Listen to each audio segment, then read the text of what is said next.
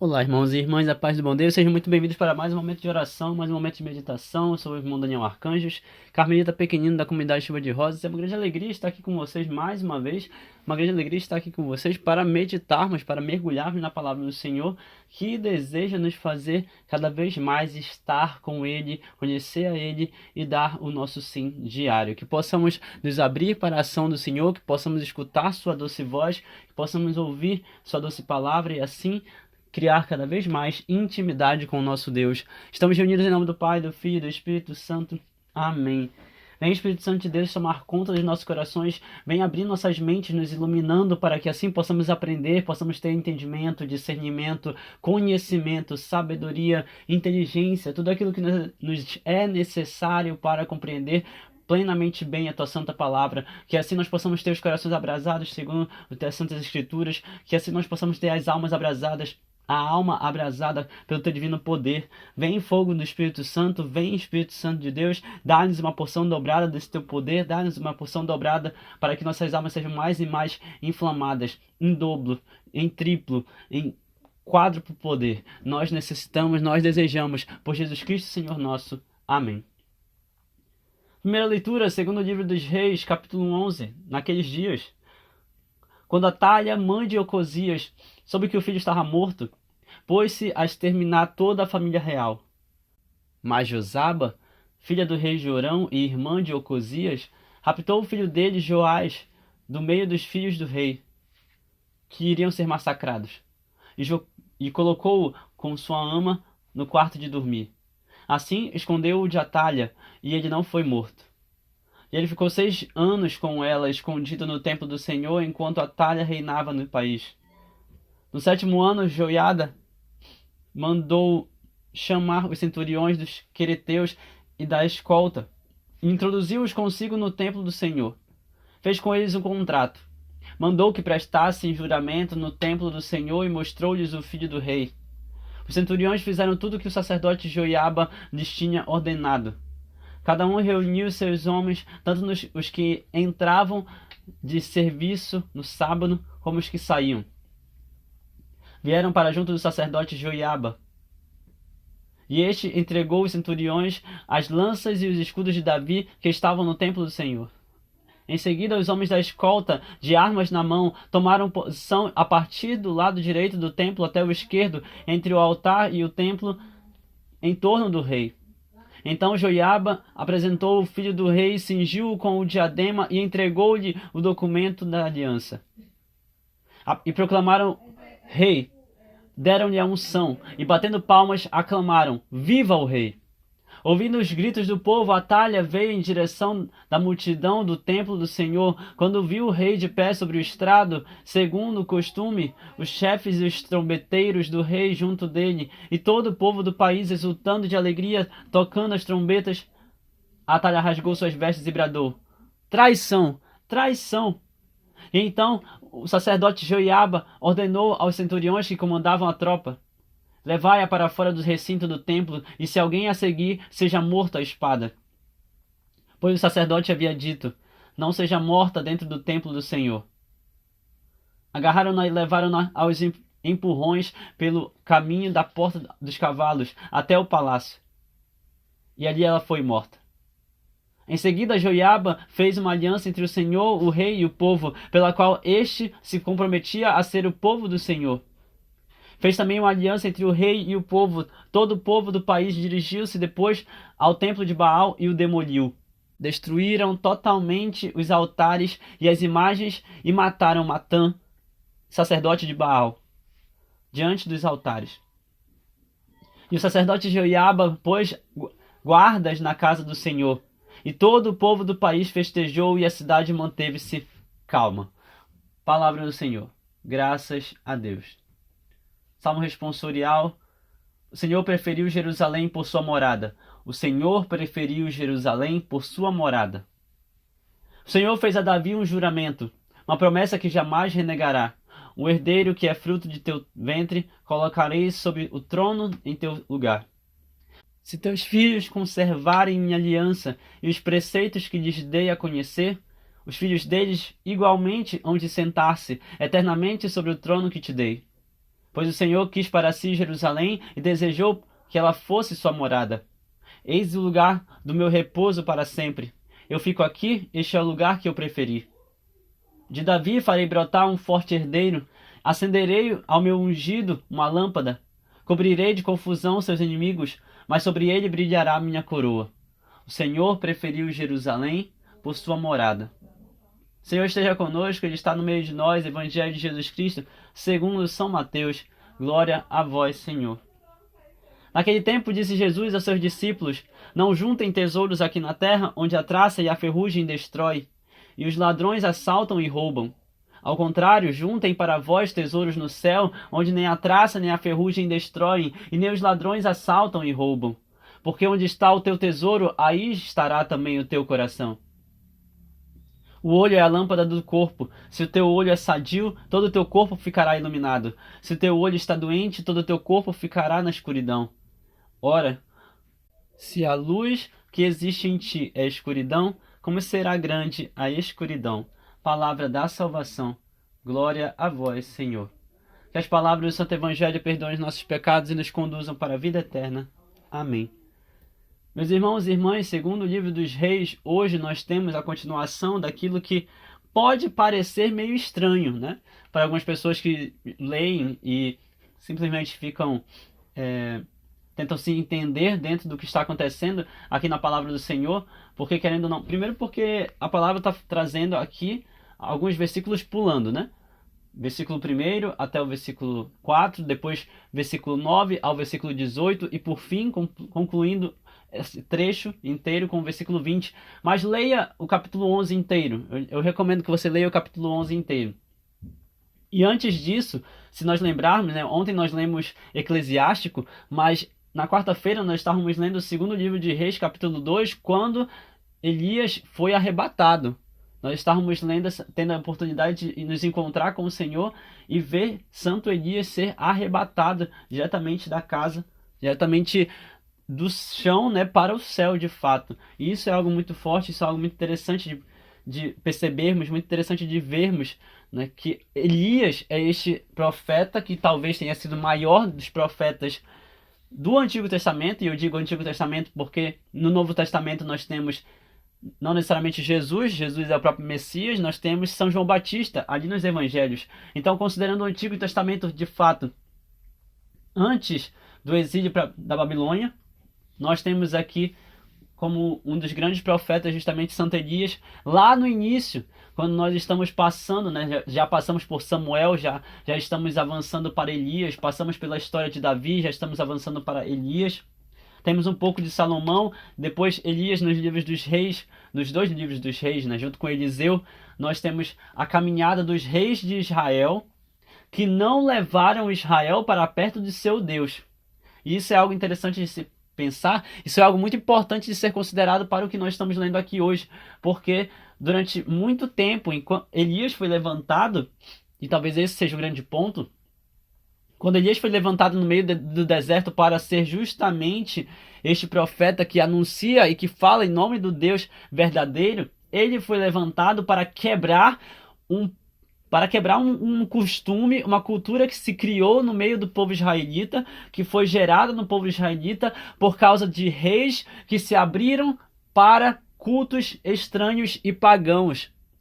E lembre-se, isso foi tão forte naquele período com o povo de Israel que não começou necessariamente em Acabe ou antes de Acabe. Começou antes de Acabe, né? Não começou somente em Acabe com Jezabel. Começou antes, quando nós já estávamos vendo o final da vida de Salomão, Salomão fraquejando até certo ponto na sua caminhada com Deus. Não significa que Salomão viveu uma vida inteira de pecado, muito pelo contrário, ele foi fortemente esse rei ungido, de fato, filho do rei Davi, que assumiu o trono e que foi realmente muito respeitado durante anos, não à toa. O reino de Salomão foi o mais próspero, né? O reinado de Salomão foi o mais próspero e o mais forte, digamos assim, dentre todos os reinos, dentre todos os reinados que nós temos dos reis de Israel. Porém, desde o final do período de Salomão e logo depois disso, nos anos seguintes, nas décadas seguintes, nós temos um período muito complicado para o povo de Israel, porque os reis de Israel não estavam conduzindo o seu povo para a vida com Deus, não estavam conduzindo o seu povo para a vida com o Deus verdadeiro. Consequentemente, começou-se a perceber, começamos a ver, né? Começamos a perceber uma abertura completamente perigosa para a vida pagã. Os reis que estavam se casando com quem não era, com mulheres que não eram dignas. Os reis que estavam decidindo machucar a aliança com o Senhor, se permitindo estar em relação com quem não tinha o culto ao Deus verdadeiro. E quando eu digo isso, eu estou falando justamente do jugo desigual, e talvez o mais forte disso tenha sido justamente na época de Acabe e Jezabel, quando Santo Elias foi levantado. E ele foi levantado no meio do deserto, ali, como nós lemos na semana passada, no primeiro livro de Reis, capítulo 17, onde Elias é justamente levantado para denunciar um grande problema. Que problema é esse? O paganismo entrando no povo de Israel. E esse paganismo, ele foi tão forte que Baal se tornou o principal ídolo daquele povo, porque ele não é Deus, o principal ídolo daquele povo, que acabou quebrando justamente a relação entre o povo de Israel, quebrou de uma vez, né? A relação entre o povo de Israel e o seu Deus, né? E o Deus de Israel. E aí quando Elias é levantado, como nós vimos na passagem de 1 Reis, primeiro livro de Reis, capítulo 17, nós temos então a luta em cima do Monte Carmelo, o que dá origem à nossa vida carmelita. A luta em cima do Monte Carmelo para que Elias pudesse provar que Deus de fato é o Deus verdadeiro, que o Senhor, Deus de Israel, é o verdadeiro Deus e que Baal não existe. E aí, depois disso, nós temos o restante da história de Elias, onde ele foi muito perseguido, quase morto, se escondeu na caverna. Nós temos justamente o momento da caverna, né, ali. Nós temos então a passagem de bastão nessa semana para Eliseu. Nós temos um testemunho, né, nós temos quase que um testamento, uma carta declarando alegria, né, declarando honras a Santo Elias por tudo aquilo que ele fez e por tudo aquilo que ele deixou para Eliseu também, escrito ali na Sirácida, na Eclesiástico, como nós lemos ontem. E depois disso nós temos aqui então o segundo livro dos Reis, já com o profeta Eliseu estando caminhando como profeta de Israel. Nós temos aqui mais um trecho de algo que não está ligado diretamente aos profetas, mas que é importante de nós percebermos para que nós vejamos indiretamente esses profetas. Por quê? O que nós lemos ontem, lá na Sirácida, lá em Eclesiástico, foi justamente um texto agradecendo por tudo aquilo, por todas as maravilhas feitas pelas mãos de Elias, pelo poder do Espírito Santo. E por que foi um agradecimento? Porque Elias, mesmo depois de morto, ainda reverberava as suas palavras, ainda reverberava tudo aquilo que ele professou, tudo aquilo que ele profetizou, para que o povo de Israel quebrasse definitivamente essa infidelidade e pudessem voltar para o Deus verdadeiro. Nós temos então a Atalha, mãe de Ocosias, que até certo ponto não era a favor de tudo aquilo que estava acontecendo naquele período. Se você for olhar o contexto, então leia os capítulos anteriores a capítulo 11. Se você for olhar o contexto, herda-se uma caminhada com um povo que não é necessariamente um povo ligado diretamente ao Senhor, né? E aí, quem de fato sobra, até um certo ponto, é justamente Josaba, filha do rei Jorão, irmã de Ocosias, que raptou o filho de Ocosias, Joás, para que a Atalha, a rainha, até então, ela não matasse ninguém da família real. Ou seja, a própria mão de Deus, delicadamente, salvando o herdeiro que vai ser ungido para reconduzir o povo de Israel de volta ao Senhor de Israel.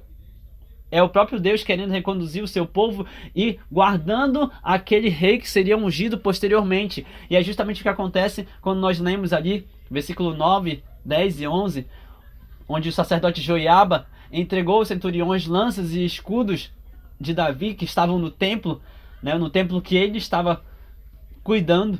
Versículo 11, os homens de escolta, de armas na mão, tomaram a posição a partir do lado direito do templo até o esquerdo. Por quê? Porque se o exército de Atalha quisesse entrar ali no templo, eles teriam que ser retaliados urgentemente para que nada acontecesse com o rei que seria ungido, enquanto Joiaba, o sacerdote, estava com o filho do rei, ou seja, com Joás. E aí, neste caso, nós temos uma trama, né? Joiaba, o sacerdote, que vai ungir o filho do rei sem que Atalha soubesse, e a Atalha está como rainha interina, digamos assim, ela assumiu como rainha para que ninguém mais pudesse assumir no lugar dela, para que ninguém mais pudesse continuar e voltar, digamos assim, os caminhos de Israel. E então nós temos o sacerdote para justamente ungir ali Joás. E Joás é ungido, versículo 12, e todos, inclusive, principalmente nesse caso, o exército que está ali do lado de fora do templo, eles começam a saudar, né? Batendo palmas, aclamaram junto com o povo: viva o rei! A Atalha descobre tudo isso que está acontecendo e aí ela grita: traição, traição. Mas ela já não tem mais forças. Já não adianta mais. O povo não quer Atalha. O povo quer de fato o rei verdadeiro, que é Joás, que foi ungido. E esse é um grande ponto, meus irmãos e irmãs, porque naquela época, isso acontece em vários lugares, inclusive, o Egito, isso foi muito forte. Ali no Oriente Médio, especialmente, né, como estamos vendo aqui em Jerusalém, em Israel, nós temos justamente um povo que é fortemente conduzido por uma política específica. Que política é essa? A política de um rei, um reinado. Ok, eles têm um rei. Só que esse rei não representa apenas uma figura política. O sacerdote não é o mais forte como figura religiosa. O mais forte como figura religiosa é aquele que foi ungido, ou seja, o rei. E isso começou justamente com Saul, passa para Davi, temos Salomão, temos Acabe, e infelizmente Acabe e outros reis acabam quebrando essa ligação, né, com Deus. E Deus quer reconduzir o seu povo. Ungimos, né, vemos ungir justamente Joás, e Joás é aceito pela população, pelo povo de Israel. Isso vale lembrar, meus irmãos e irmãs, que Atalha não foi ungida. Ela só assumiu porque não tinha ninguém que fosse possível, que pudesse assumir no lugar dela. Que pudesse assumir, melhor dizendo, no lugar de Jorão. E aí entra-se justamente esse ponto. Como Ocosias estava morto, Josaba não podia assumir porque ela era mulher. E nesse caso sobrava apenas o filho de Ocosias, que era Joás. Só que Joás era criança ainda. Ele não tinha idade suficiente para assumir um povo inteiro. Então, tanto é que Atalha, para que não houvesse uma continuação da família real, ela quer exterminar a família, ou seja, ela iria matar ou Josaba ou Joás. Na verdade, ela queria matar os dois, né, nesse caso. E aí, por consequência, Josaba, ela esconde Joás, esconde o sobrinho, e leva Joás até o templo para ficar escondido ali no templo, sem que a Atalha pudesse encontrá-lo. Nesse sentido, é justamente que Deus guarda o seu ungido. Guardando o seu ungido, nós temos então esse rei que é levantado e que tira a Atalha do reino, né? Tira a Atalha do trono. Uma outra coisa que nós podemos considerar aqui também é que o rei é levantado para que a vida de pecado seja destruída.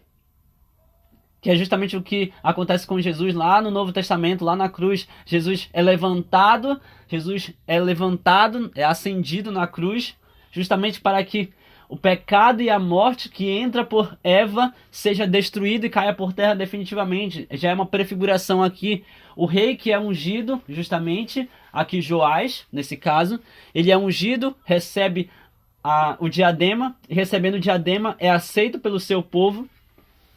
E a Atalha é morta.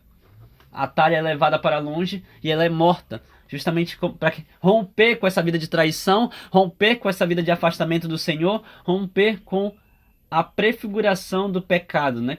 Que nós vemos lá em Eva.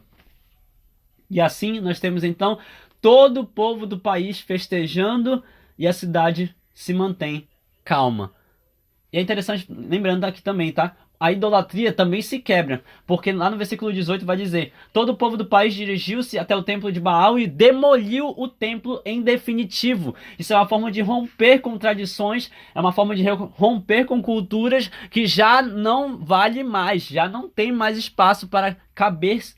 E é possível, é necessário que isso aconteça em diversas ocasiões, e isso acontece posteriormente. Nós vemos no século XX, quer dizer, na verdade nós vemos isso ao longo dos últimos 500 anos e em diversas ocasiões também, desde a Idade Média até aqui, nós vemos isso acontecer para que se rompa justamente uma cultura, rompendo-se a cultura, rompendo-se uma vida em específico, uma nova vida possa surgir. Então é o caso das rebeliões, é o caso das revoluções que trazem justamente uma mudança cultural e uma mudança política. Aqui nós temos o templo de Baal sendo destruído, o sacerdote de Baal, Matã, sendo morto diante dos altares de Baal, no caso. E ali nós temos Joiaba colocando a guarda na casa do Senhor para proteger o templo de Jerusalém e todo o povo do país festejando. Tá, Daniel, mas você só vai falar da primeira leitura? Não, agora nós vamos para o Evangelho para entender que, de fato, nós precisamos parar de procurar aquilo que corrompe os nossos corações. Precisamos parar de procurar aquilo que não faz parte da vida com Deus. O Salmo está dizendo que o Senhor escolheu Jerusalém para ser a sua morada. Jerusalém, para nós, hoje em dia, não é apenas a Terra Santa, é justamente a igreja que leva ao Senhor, a igreja que conduz ao Senhor, a Santa Igreja. Jerusalém é a cidade santa, é a terra santa. Então, aquilo que é santo é o que vai nos conduzir para Deus que é santo. Aquilo que é de fato santo, aquilo que é sagrado, é o que vai nos conduzir para o Deus que é santo e sagrado, perfeito. Mas se você busca aquilo que corrompe, se você busca a ferrugem que destrói, se você busca justamente a traça que destrói, que corrói, se você busca aquilo que os ladrões assaltam e roubam, você não busca aquilo que é eterno, você busca aquilo que é destrutivo. Jesus está falando do dinheiro, Jesus está falando dos bens materiais, mas Jesus está falando também dos ídolos. Jesus está falando também daquilo que é material e que tira a tua atenção e que não te leva para Deus. O que é o Carmelo, meus irmãos e irmãs? Porque Elias foi levantado para romper com a idolatria do povo de Israel. Isso vale para nós também. Eu digo isso porque isso é forte em mim também. Recentemente eu estava assistindo um jogo da Copa do Mundo, inclusive, e eu precisava gravar uma das meditações, só que se eu gravasse uma das meditações, eu teria que deixar de assistir o jogo. E ao invés de parar de assistir o jogo e ir gravar, eu escolhi terminar de assistir o jogo. Olha só que absurdo. Isso é algo que é forte em mim também, e tenho certeza que você também passa por situações onde a tua idolatria, ela é velada, você não percebe, mas ela continua aí. Quantas e quantas vezes você esteve mexendo no celular quando deveria estar rezando? Quantas e quantas vezes você se perdeu vendo besteira quando deveria estar, de fato, conversando com o Senhor teu Deus? Quantas e quantas vezes você esteve envolvido com fofocas? Você esteve falando besteira, você esteve conversando coisas que não acrescentam em nada, quando você poderia estar orando e em intimidade com o Senhor teu Deus. Isso é importante de ser percebido, porque essa é a nossa idolatria nos dias de hoje e a gente às vezes não percebe. Por diversas vezes nós não percebemos. Nós precisamos parar de nos voltar para coisas que nos assaltam, coisas que nos roubam da presença do Senhor e começar a nos voltar de fato para os tesouros do céu, onde nem a traça nem a ferrugem destrói, que é justamente o que Jesus está dizendo para os discípulos aqui no capítulo 6 de São Mateus. E ele continua: porque onde está o teu tesouro, aí está o teu coração. Se o teu tesouro está no Senhor do céu e da terra, ali está o teu coração, é nele que está o teu coração. Se o teu tesouro está realmente nas coisas que você busca no alto, é ali no alto que está o teu coração. E aí vale a pena entender que o teu olho é a lâmpada do teu corpo. Ou seja, o teu olho, ele direciona para onde o teu corpo vai despender as tuas forças. Em que sentido? Se você olha para algo que não acrescenta em nada, o teu corpo vai gastar energia com coisas que não acrescentam em nada. Agora, se você olha para o Senhor teu Deus, se você olha para aquilo que é santo, o teu corpo vai gastar energia com aquilo que é santo. Se o teu olho é sadio, todo o teu corpo ficará iluminado. É isso que Jesus está dizendo no Evangelho. Versículo 23, se teu olho está doente, olhando para coisas que doem, olhando para coisas que adoecem, tudo no teu corpo ficará em escuridão. Ora, se a luz que existe em ti, na verdade, é escuridão, então grande será a escuridão e as trevas dentro de você, dentro do teu coração. Jesus está falando tudo isso para nós, para que possamos deixar de lado a idolatria e que possamos buscar urgentemente a vida com o nosso Senhor, o Deus de Israel, Jesus Cristo, aquele que foi levantado na cruz. Olhe para a cruz, aquele que foi levantado e apresentou fogo do alto no Monte Carmelo. Este é quem vai queimar todas as nossas idolatrias, tudo aquilo que não vem do alto. Como diz São João da Cruz, é preciso se esvaziar de todas as coisas, de todas as paixões, de todos os desejos, para que nós possamos estar cheios unicamente do próprio Deus. Que assim possamos buscar mais e mais o Senhor Jesus Cristo e possamos desejar constantemente uma vida íntima com o Pai Celestial, com as coisas do alto, com os tesouros que vêm do céu. Louvado seja nosso Senhor Jesus Cristo, para sempre ser louvado com sua Mãe Maria Santíssima, seu Paizinho São José. Que as bênçãos de Deus misericordioso sejam derramadas sobre cada um de nós com sangue e água, em nome do Pai, do Filho e do Espírito Santo. Amém. Que a paz do bom Deus permaneça em vossos corações e até o próximo momento de meditação.